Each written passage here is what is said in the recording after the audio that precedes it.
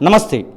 మరొక 3 నెలల్లో ఎలక్షన్స్ రానున్నాయి. ఇక పార్లమెంట్ ఎలక్షన్స్ విషయంలో మాత్రం అన్ని పార్టీలు కూడా తెలంగాణలో పాగా వేయడానికి అయితే చూస్తున్నటువంటి పరిస్థితి. ఇక ఇప్పటికే అధికారంలోకి వచ్చినటువంటి కాంగ్రెస్ పార్టీ మేము 2 డిజిట్ల కంటే ఎక్కువగా పార్లమెంట్ స్థానాలు గెలుచుకుంటామని చెప్తా ఉంటే మేము ఖచ్చితంగా ఈ ఎన్నికలలో గెలిచి గతంతో పోయినటువంటి దాన్ని తెచ్చుకుంటామని గతంలో అధికారంలో ఉన్నటువంటి బీఆర్ఎస్ పార్టీ చెప్తుంది. ఇక ఖచ్చితంగా మేము 2 డిజిట్ల కంటే ఎక్కువగా సీట్లు తెచ్చుకుంటాము, నరేంద్ర మోడీని 3వ సారి అక్కడ గద్దెనెక్కించడానికి తెలంగాణ నుంచి వెళ్ళి మా వంతు సహకారం అందిస్తామని బీజేపీ పార్టీ అది చెప్తుంది. ఇక గతంలో భువనగిరి ఎంపీగా పనిచేసి ఇప్పుడు బీజేపీ పార్టీలో కొనసాగుతున్నటువంటి బూర నరసయ్య గౌడ్ సార్తో ఉన్నాం. సార్ నమస్తే. ఎట్లా ఉంది భువనగిరి నియోజకవర్గం నుంచి బూర నరసయ్య గౌడ్ కన్ఫర్మ్ అనుకోవచ్చా? మీ అందరికీ తెలుసు, శంకుల పోస్తేనే తీరుతాం. డెఫినెట్లీ మేము వర్క్ చేస్తున్నాం, అక్కడి నుంచే చేస్తామని నమ్మకం ఉంది. But let us wait for the announcement. అది ఏదైనా కూడా శంకుల పోస్తేనే తీర్థం అవుతుంది. మోస్ట్ ఇంపార్టెంట్ ఏంటంటే భువనగిరి కంటే ఎక్కువ ఈరోజు గల్లీలో ఎవరున్నా కూడా ఢిల్లీలో మోడీ గారు ఉండాలనే ఒక కోరిక దేశ ప్రజల్లో ఉంది, ముఖ్యంగా తెలంగాణ ప్రజల్లో ఉంది. అయితే ఒక విచిత్రం ఏంటంటే మామూలు గ్రామీణ మహిళ కూడా గతంలో జరిగినటువంటి అసెంబ్లీలు వేరు, ఇది ఢిల్లీలో మోడీ ఎన్నికలు అంటున్నారు. ఈ ఎన్నికల పేరే మోడీ ఎన్నికలు. ఈ ఎన్నికల్లో ఖచ్చితంగా 3వ సారి ఘన మెజార్టీతో మోడీ గారు వచ్చారైతే గ్యారంటీ 400 సీట్ల మెజార్టీతోనే మోడీ గారిని గెలిపించాలనే తపంతో, అందులో ముఖ్యంగా తెలంగాణలో కనీసం 10+ గెలవాలి, గెలిపించాలనే కోరిక తెలంగాణ ప్రజల్లో ఓటర్లో ఉంది. మా టార్గెట్ 10, కానీ 10 కంటే అధిగమించే అవకాశం ఉన్నది. ఇప్పుడు 4 సీట్లతో మీరు కొనసాగుతున్నారు. ఇప్పుడు 4 సీట్లలో ఒక 2 మాత్రము ఎమ్మెల్యే ఎలక్షన్స్లో పోటీ చేసి ఓటమి అయితే చావి చూసినటువంటి పరిస్థితి. కోరుట్ల కానివ్వండి, అటు కరీంనగర్కి సంబంధించినటువంటి విషయంలో ఎట్లా ఉండబోతుంది అనుకుంటున్నారు? అదే అసెంబ్లీ ఎన్నికలు డిఫరెంట్, పార్లమెంట్ ఎన్నికలు డిఫరెంట్. ఇక దానికి దీనికి అసలు ముడిపెట్టనక్కర్లేదు. అది ఉత్తర ధ్రువం అయితే దక్షిణ ధ్రువం. ఈ పార్లమెంట్ ఎన్నికలు అనేది కేవలం మోడీ గారు యాజ్ అ ప్రధానమంత్రి, మోడీ గారు చేసినటువంటి పనులు, వారు 10 సంవత్సరాల్లో భారతదేశాన్ని ఒక విశ్వదేశంగా, విశ్వగురువుగా ఎట్లా తీర్చిదిద్దారు, మరోసారి మోడీ గారిని చూడాలనే కోరిక తెలంగాణ ప్రజల్లో తపన ఉంది. ఇక తెలంగాణలో కాంగ్రెస్ డబుల్ డిజిట్ అంటే ఖచ్చితంగా వాళ్ళు డబుల్ డిజిట్ దేశంలో వస్తుందని నాకు నమ్మకం ఉంది. కానీ తెలంగాణలో డబుల్ డిజిట్ అవకాశమే లేదు. వాళ్ళు సింగిల్ డిజిట్కే పరిమితం అవుతారు. అది కూడా మ్యాక్సిమం వస్తే ఒక 2-3, అది కూడా ఇప్పుడున్న వేవ్ కంటే ఇంకెక్కువ మోడీ వేవ్ వస్తే అది కూడా కష్టం. కాంగ్రెస్ పార్టీకి సంబంధించినటువంటి నేత, మీరు గతంలో పోటీ చేసి ఎవరి చేతుల్లో అయితే ఓడిపోయారో అక్కడి నుంచి కోమటిరెడ్డి వెంకటరెడ్డి చెప్తున్నారు ఖచ్చితంగా ఈసారి భువనగిరితో పాటుగా 10+ స్థానాలను కాంగ్రెస్ పార్టీ దక్కించుకుంటుంది, రాహుల్ గాంధీని ప్రధాని చేయడమే మా లక్ష్యమని కోమటిరెడ్డి వెంకటరెడ్డి ఇప్పుడు మంత్రిగా ఉన్నటువంటి వ్యక్తి చెప్తున్నటువంటి మాట. నిజంగానే ఆ పరిస్థితి కనబడతా ఉందో? వాళ్ళైతే మొత్తం క్లీన్ స్వీప్ చేసినటువంటి పరిస్థితి ఇప్పుడు ఉన్నటువంటి నియోజకవర్గం. నిజంగా చెప్పాలంటే గతంలో అసెంబ్లీ జరిగినటువంటి ఎన్నికల్లో అది కేసీఆర్ గారిని ప్రవర్తనతో విసిగింది. తెలంగాణ ప్రజలు గద్దె దింపాలని కోరికతో వేశారు, కానీ పాజిటివ్ ఓట్ కాదు, అది నెగిటివ్ ఓట్. అనూహ్యంగా కాంగ్రెస్కు ఆల్టర్నేటివ్ కనిపించారు, వేశారు. ఇకపోతే వారు గాల్లో గెలిచారు, కానీ అది వాపు కానీ బలుపు కాదు. ఫస్ట్ అసెంబ్లీలో కాంగ్రెస్ది వాపు బలుపు కాదు. 100% మోడీ గారు పడే ఓట్లు, ప్రతి ఓటు 100% పాజిటివ్ ఓటు. ఇక్కడ మోడీ గారు మళ్ళీ రావాలని వేశారు, అక్కడ కేసీఆర్ గారు దిగాలని వేశారు. అందుకొరకు వాళ్ళు ఎన్ని మేకపోతు గాంభీర్యాలు చెప్పినా కూడా తప్పదు. ప్రభుత్వం ఏర్పడింది కాబట్టి, మంత్రులుగా ఉన్నారు కాబట్టి 100% 10+ బీజేపీ గెలవబోతుంది. ఉమ్మడి నల్గొండ జిల్లాలో భువనగిరి 100% గెలుస్తుంది. నల్గొండలో కూడా గెలిచే అవకాశం ఉంది. మా అనుకున్న దానికంటే అనూహ్యమైనటువంటి రిజల్ట్ వస్తుంది. అంటే 17 నియోజకవర్గాలకు కనీసం అభ్యర్థులు కూడా దిక్కు లేరు బీజేపీ పార్టీకి అని ప్రతిపక్షంలో ఉన్నటువంటి వాళ్ళు, అలాగే అధికార పక్షంలోకి వచ్చినటువంటి కాంగ్రెస్ కూడా మాట్లాడుతున్నటువంటి మాట. నిజంగానే 17 మంది లేకుంటున్నారా మీకు? అది ఆశాస్పదం. 17 కాదు, 37 మందికి మనకు ఉన్నారు. అది కాదు, ఇప్పుడు సలార్ సినిమా, యానిమల్ సినిమా ఎట్లా నడిచిందో డిమాండ్, అట్లా బీజేపీ టికెట్లకు ఇప్పుడు కాంగ్రెస్కు క్యాండిడేట్ల కొరకు వెతుకుంటున్నారు. బీఆర్ఎస్ క్యాండిడేట్స్ నిలబడమంటే నేను రాను బిడ్డో పార్లమెంట్ ఎన్నికలకని వాళ్ళు పరుగెత్తుతున్నారు. అందుకొరకు ఇది ఖచ్చితంగా మోడీ గారి ఎన్నికలు. మోడీ గారిని ప్రధానమంత్రి 3సారి చూడాలనే కోరిక తెలంగాణ ప్రజల్లోని 3 కోట్ల ఓటర్లకు ఉన్నది. అనుకున్న దానికన్నా అనూహ్యమైనటువంటి రిజల్ట్ వస్తుందని మా యొక్క ఆకాంక్ష.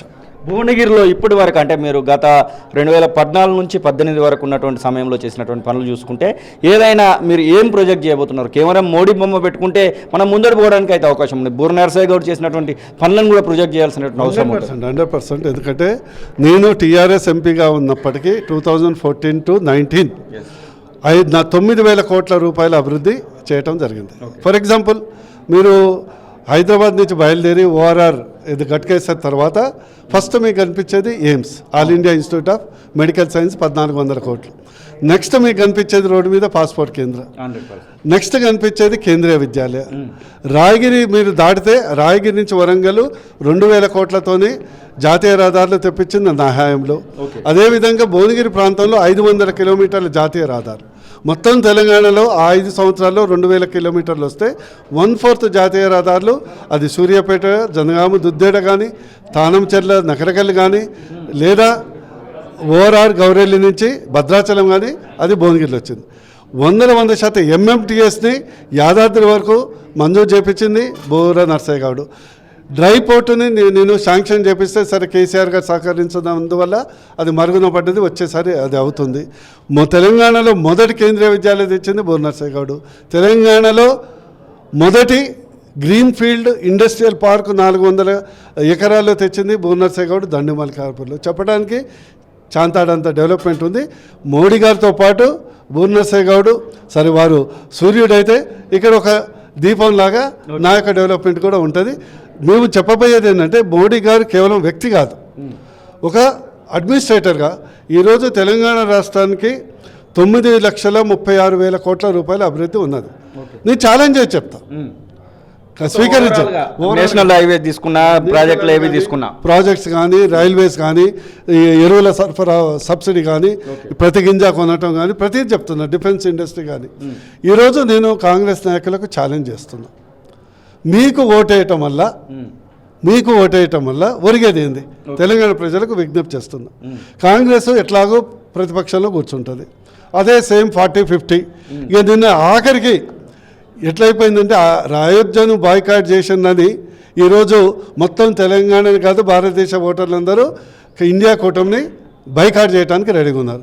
చివరికి గత్యంతరం లేకుండా అస్సాంలో రాహుల్ గాంధీ పోయి రామ్ భజన్ చేస్తుండు. ఎందుకు ఇది? చక్కగా పోయి రామ మందిరం పిలిచినప్పుడు, ఆహ్వానించినప్పుడు అటెండ్ చేస్తే మీకు గౌరవం దక్కేది కదా. వాళ్ళ గొయ్యి వాళ్ళే తీసుకున్నారు. మొన్నటి వరకు ఎంపీగా పనిచేసినటువంటి కోమటిరెడ్డి వెంకటరెడ్డి ఎలాంటి పనులు చేయలేదా? కనీసం నియోజకవర్గానికి ఏం పని చేయాలని చెప్తున్నారా? నేను ఇంత లిస్ట్ చెప్పాను కదా, లెట్ మీ టెల్. ఒక్కటి చెప్పమని చెప్పు, ఓన్లీ వన్. నా హయాంలో యాజ్ ఎ ఎంపీ నేను ఒక 10 కోట్ల రూపాయల కొత్త ప్రాజెక్ట్ బోనస్ అకౌంట్ తెచ్చింది, నిధులు తెచ్చిన. ఇది ఎట్లా ఉందంటే పక్కన బిడ్డ సంకలు వేసుకొని ఇది నేను తెచ్చిన నా బిడ్డ అని చెప్పుకోవటం అది వేరు. స్వతహాగా హయాంలో ఏం చేయగలిగిందని చెప్పండి. ఏం లేదు, జీరో. నేను మీ ఒక వేదిక కానీ, ఏ టీవీ వేదిక కానీ, బూర నరసయ్య గౌడ్ బీజేపీ పార్టీ నుంచి ఖచ్చితంగా 100% గెలుస్తున్నాడు, ఓడగొట్టే అటువంటి అవకాశమే లేదని చెప్పుకోబోతున్నారా అని? లేదు, నేను బూర నరసయ్య గౌడ్ వ్యక్తి కాదు, బీజేపీ పార్టీగా గెలవబోతుంది. బూర నరసయ్య గౌడ్ దానికి యాడ్ అవుతుంది. బూర నరసయ్య గౌడ్ డెవలప్మెంట్. నేను ఒకటే చెప్తున్నా తెలంగాణ ప్రజలు, మీరు మాకు 10 నుంచి 14 ఎంపీలు గెలిపియండి. నేను చెప్తున్నా, మొన్న రేవంత్ రెడ్డి గారు ప్రధానమంత్రి కలిశాడు, చాలా సంతోషం. ఎన్ఐడి అడిగారు, National Institute of Design, IAM అడిగారు, ఇండియన్ ఇన్స్టిట్యూట్ ఆఫ్ మేనేజ్మెంట్, జాతీయ ఇరిగేషన్ ప్రాజెక్టులకు మా వాళ్ళు 60% ఇస్తామని చెప్పారు. హైదరాబాద్ టు విజయవాడకు ఇండస్ట్రియల్ కారిడార్ అడిగారు. ఇవన్నీ ఎప్పుడైతే ఇక్కడ కనీసం ఒక మోరి కట్టడానికే పైసలు లేవు. స్టేట్ గవర్నమెంట్ దగ్గర చిన్న సీసీ రోడ్డు వేయడానికి పైసలు లేవు. ఉన్న బడ్జెట్ జీతభత్యాలకు సరిపోదు, అప్పులు తీర్చడానికి సరిపోదు. అలాంటప్పుడు సరే మేము కాంగ్రెస్ పార్టీని ఈ వేరే పార్టీలు అన్నట్లు దాన్ని దింపుతాము, పడగొడతాము అనేది మా యొక్క వ్యూహం కాదు. ప్రజల యొక్క ఆమోదంతో నెక్స్ట్ గవర్నమెంట్ 100% ఫామ్ చేస్తాం. ఈ మధ్యన తెలంగాణ సఫర్ కావద్దు. సఫర్ కావాలంటే ఎవరు? బీజేపీ ఎంపీలకు వేయండి. వేస్తే మేము ప్రాజెక్టులు తెస్తాం, నిధులు తెస్తాం. ఎందుకంటే మోడీ గారు ఒకటే నినాదం, సబ్కా సాత్, సబ్కా వికాస్, సబ్కా విశ్వాస్, సబ్కా ప్రయాస్. ఇప్పుడు కాంగ్రెస్ కేసీఆర్ కదా అయిపోయాయి, వాళ్ళకి ఏదో సరే సోనియా గాంధీ ఏదో ఒకటి రుణం అయిపోయింది. ఇప్పుడు మోడీ గారికి ఎంపీ చేస్తేనే మన సుభిక్షంగా ఉంటాం. ఇది Boora Narasimha Goud not as a BJP MP, Telangana ఉద్యమకారుడు. ఎనీ టైం ఏదో ఒక సందర్భంలో బూర నరసయ్య గౌడ్కు టికెట్ ఇవ్వట్లేదు, అక్కడ ఇంకొక సామాజిక వర్గానికో లేకపోతే ఇంకొక వ్యక్తికో ఇవ్వబోతున్నాం అనేటువంటి మాట వస్తే బూర నరసయ్య గౌడ్ స్టెప్ ఏంటి అసలు? బీజేపీ సముద్రం, ఇంతకంటే పెద్ద పదవి రావచ్చు. ఓకే, ఇంతకంటే పెద్ద పదవి రావచ్చు. లక్ష్మణ్ గారు లాగా రాజ్యసభ ఎంపీ కూడా కావచ్చు. రావచ్చు కదా. ఓకే. ఎందుకు? మా కిషన్ రెడ్డి గారు దాంట్లో ఓడిపోయినరు, మళ్ళీ గెలిచిండ్రు, మంత్రి అయింది కదా. అదృష్టవంతులకు ఆపదలే సంపదలకు మారుతాయి.